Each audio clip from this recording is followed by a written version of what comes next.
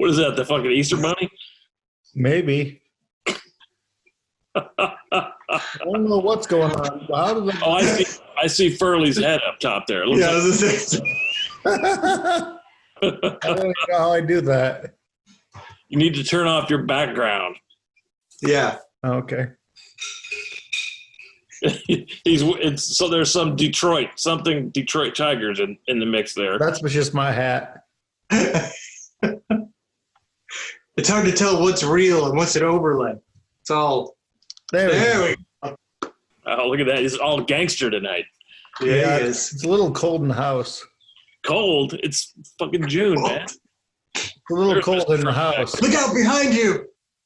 Oh, shit. Now Furley's working. Well, the other night when you did that, when you turned on Furley and you were actually wearing his outfit. Yeah, that's I great. didn't know what the hell was going on. I'm like, did he just change his clothes? Not that You bad. have a swinging vintage outfit. Oh, there we go. All right, so we were discussing it the other day, and we thought that it might be funny to lead off with the stories that you were telling us about when you worked as a projectionist. Okay.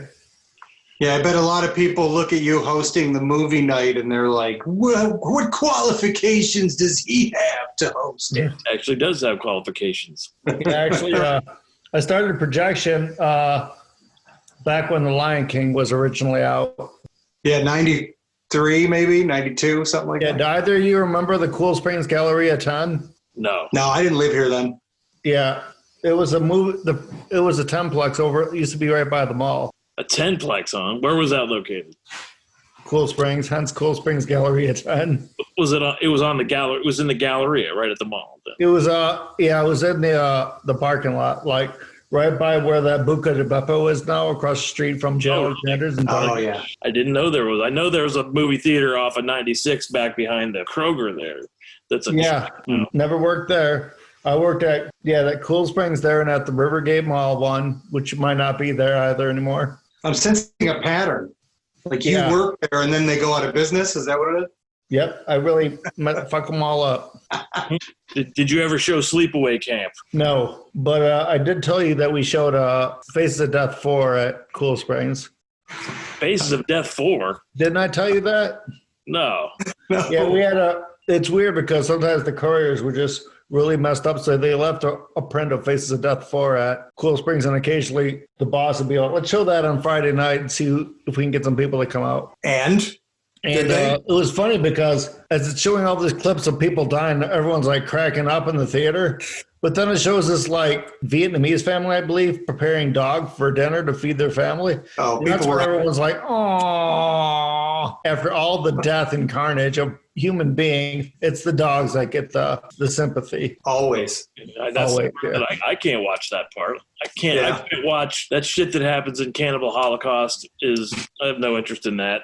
Oh, when they got the giant turtle? The turtle and the little critter, whatever that is, and they're gutting him by the lakeside or whatever. Yeah, you never know with some of these. I'm trying to think. There's an Indonesian movie called The Stabilizer where out of nowhere this guy bites the head off of a lizard and then later a snake. You can kill as many people as possible if you start crucifying animals. I'm out. They don't have a choice. They're not full of sin. They didn't get to sign a waiver. Exactly. They didn't choose. You never know. They could be criminals. Right. We don't know the laws of nature. Well, criminal does somewhat rhyme with animal, so there's something there. So you were saying you snuck in bits at the end of the reel. What was that? What were we talking about? Only once did I do that a lot. I had like a 5-second clip from Nobody's Fool with Meg Ryan and Paul Newman, and there's a scene where she flashes, she lifts her sweater up at Paul Newman towards the end. So I cut that out and I'll put it at the end of the movies at the other, because we get the new movies on Thursday and they open on Friday. So we're supposed to build and screen the new movies on Thursday. So when the other managers would do that, would just throw that clip on the end so they get rewarded if they watch through the whole credits. You still have some 35 millimeter film somewhere? I used to have trailers, but I gave them to friends. That's why I was asking Gino if I ever gave him one. No, I don't have them. Must have been those other friends. Yeah, I'm going to try to dig some more up because I thought that'd be cool. Yeah, Green Hill 16 for the longest time had a print of Best in Show just sitting there, which is actually a pretty good movie if you ever seen it. It's like one of those mockumentaries. Oh yeah, I've seen that. Not something I would specifically watch over and over and over, but it's Right, yeah. Yeah, I just had a bunch of trailers, so. So how did recollect how the whole Cruddy Joe thing began? Remind me. Well, I was doing the social media thing for you, and then I suggested maybe once a week on the, just kind of informally on the Creeping Cruds Facebook page, I would just show a movie. I thought that might be fun for me and that people might enjoy just showing up and have it and, cutting up. You were showing watch parties just randomly. It wasn't a scheduled thing, or there was no announcement. Well, I wasn't doing it yet at all. I just knew how to do it. Well, I remember we started with you were doing quizzes. Yeah, I was doing the quizzes. That was all under your direction, though. So you did quizzes, and we were trying to pick people to give away stuff to if they had gathered enough wins or correct answers. Right, yeah. Well, you started me on Xandor, then I moved over to the Cruds, too. And then I took in Instagram as well, which is cool. I enjoy doing all that. And remind me how it became this, though. How did it become like a scheduled appointment thing? You know what I mean? I don't know. I think I had the idea just to show movies occasionally on while my hand disappears into Mr. Furley. So, yeah, I just brought up the idea that maybe once a week we would show a watch party on the Cruds page because it's kind of related to the band, obviously, to show horror movies or, grindhouse type films. And I think we just bounced the idea back and forth as to, once a week and what to call it. You came up with the name, though, which is awesome. Oh, I remember we wanted to do some art. Brought in Tom Bagley to do the art. Yeah. But I'm trying to remember how far into showing those movies did we come up with the name? No, almost immediately you had the name. First movie you showed was Lamora, right? Right. Yeah. That's because I screwed up, which is indicative of how I do things. I screwed up the first one. We were going to show, what was it? And then there was an issue with it. And so you uploaded Lamora real quick. We played that. We need to show Lamora again. I don't think there was that big of an audience. Not that there's a huge audience now, but as they go and you're now doing these flashback ones, and we see the old previews and some of the old stuff, you realize it was a little bit more primitive in those early days. There was no Dunstan, or was there none of the East Hills, any of that stuff. And now we're using the 4K projection and the 3D. It's awesome. Virtual reality movies. IMAX. Yeah, that's coming. We're going to have the high def feed. Well, so I recall early on you were showing those. We had a conflict with what I was watching at the time, which was the first season of Joe Bob. Yeah, we all know who takes priority over that. Your friend, right? Joe Bob. Well, what happened was priority. You were insistent on Fridays, and I'm like, well, I'm locked into this but Joe Bob thing. And even I hadn't really kind of caught on to the whole Cruddy Joe culture, that this is something that we need to continue to drive, and it can become something. So for a couple of weeks, I was watching that, which was Friday nights. That season ended, and then we picked straight up, and it was really at the end of the first season of Joe Bob that we really started focusing on. Did you say he just recently showed Phantom of the Paradise? He did not. It's not Okay, shown good. Phantom of the Paradise. I don't know if they had that. Okay. But what happened this year, we got to a point where Joe Bob came back with season 2, and he's, again, coming back at the same night, Cruddy Joe movie. Well, this season, we split it off. We moved from Friday to Saturday, so we would show on a separate night. My question is, how many last drive-ins can this asshole have? What's the last time he's doing this? And I think what has happened now is they've run out of all the good movies on Shudder, and instead of being like this last blowout, it's like the last peter out. Unless they, get a bunch of new films on there. But the last couple of weeks on there, it's been, they've kind of been scraping the bottom of the barrel on there. So I think we've climbed above them. When we jump back to Friday night, Quality. it'll pick up. Well, we have it. Our resources are endless. If we could find a movie to show and get a copy of it, we'll show it. Whereas those guys are limited to Shudder, and Shudder's got some good movies, but it's not endless. It's not a limited amount. I think Jimmy should be doing some charismatic monologues in the beginning like Joe Bob does. Oh, definitely.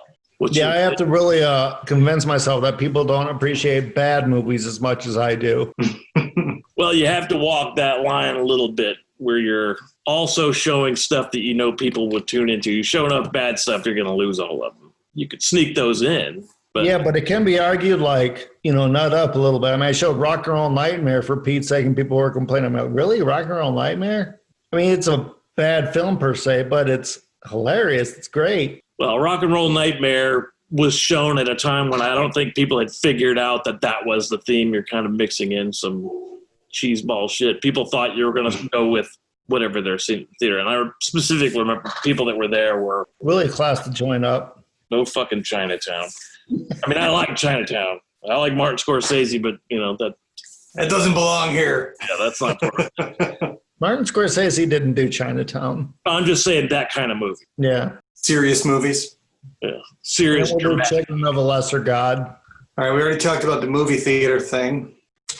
There was I asked you about the 35 millimeter film because I was interested in that. I was hoping you'd telling me that you had some combustible film stored somewhere, but you don't. No more. I used to have trailers, but I gave them to friends because I'm very giving. Right.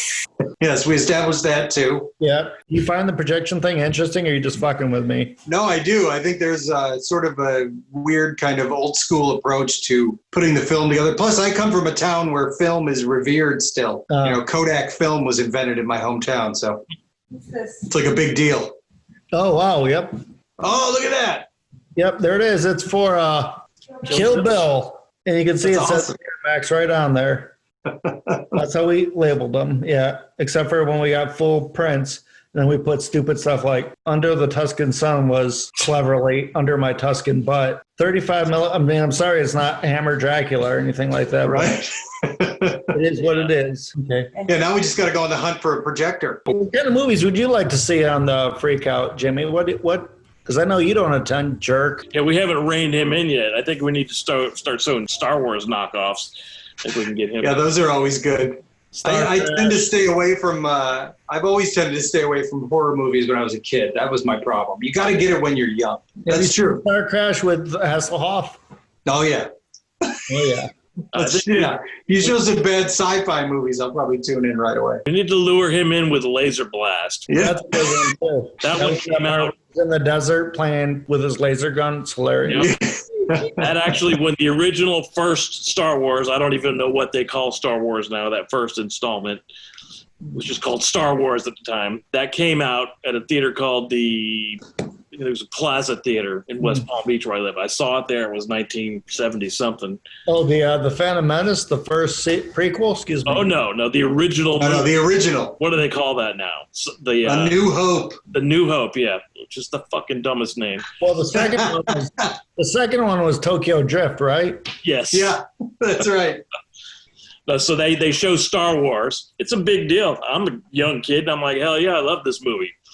We go see it, and then in this very same theater, it couldn't have been more than a year or maybe two later, Laser Blast came out, and they advertised it with very similar graphics in the paper. That's how you found out about movies. You would see shit in the paper and ad. I was like, oh, this is another Star Wars movie. Sign me up. So hell yeah, so we went and saw it, and I was like, this is not Star Wars at all. But having seen it, it's not a bad cheeseball flick. Some really weird shit happens in it. There's some bizarre characters in there. It's got some cool stop motion animation shit going on. If we could lure Jimmy in with Laser Blast, show that. Okay. Well, we were going to do Galaxy of Terror, but that got vetoed, and Cruddy Joe took over with Sleepaway Camp. Joe, you can't take these to committee. You just got to go with it. Oh no, well there's definitely some work involved where we're planning it out. No, the idea is that What's that? not by committee, but Joe picks the movie, and then I'll look at it and say whether it fits. Yeah, then he'll look at it with. Gino has veto That's a power. horrible movie. Yeah, and Gino will go, you're an idiot. That's a horrible movie. And then I'll cry. Oh no, And then- there's plenty of movies that are horrible that we show and will show. It's just if I look at it, it's like we bounce stuff around early in the week and then figure it out and then come up with a game plan and play it out as we go. Joe pretty much sorts out everything for the flashback. Mm-hmm. So Every time Gino shuts Joe down, it makes him cry. Oh. I didn't hear it because my dogs hear voices and they're like, Yeah, she said every time Gino shuts me down and I cry, I make her watch. Are you a big Star Trek fan, Jimmy? Star Trek, I can't. I don't know what it is. Why? Why can't I make peace with Star Trek like I can with Star Wars? Okay, well, again, dating myself at Cool Springs Galleria, Generations came out, and one of the other managers, who, if you can believe it, was reviled as the biggest jerk manager in the theater, was demanding that it be built immediately so he could watch it, and he's just a dick in general. So it was right before the Forrest Gump was being re-released in the theater, so there was a trailer out for that, which was like 5 minutes long, a 5-minute trailer of Forrest Gump pretty much running in slow motion with a voiceover. When the 35 millimeter full length features come in, they come in like, it was usually tape the movies together. And so what I did was I built Star Trek Generations, and then between each reel, so the 6 different reel changes, I would put one of those 5-minute Forrest Gump trailers. 5 minutes of Forrest. Yeah. And it started off with, remember when, and it's Tom Hanks like in slow motion running while Jenny's yelling out behind him. So usually when it's a real change, it's like a kind of a, not a cliffhanger moment, but like an impactful moment. So it'd be like, all right, ready, torpedoes, and remember when? So yeah, that pissed them off. That was great. Good time. Well, Trekkies deserve that kind of treatment. That's right. That's absurd. Trek, no, those movies like Generations and The Undiscovered Country, that was a bunch of crap. But the original 3 seasons of Captain Kirk. Oh, come on. Above and beyond all the Star Wars nonsense, especially the more recent. That is crazy talk. Long live Trek. Live long and prosper, motherfuckers. How dare you? And I stumbled across them filming Star Wars when we were overseas. Oh, that's right. When you were in England? Yeah. When they had a big thing set up in this giant field, and they were filming some kind of water sequence or something like that. It was like the biggest man-made, non-permanent fixture I'd ever seen. Well, any filler you need, you just have Jimmy's face and put little stars around it and stuff and play Dreamweaver in the background. Okay, for Mr. Furley, I'm Cruddy Joe. Have a good night.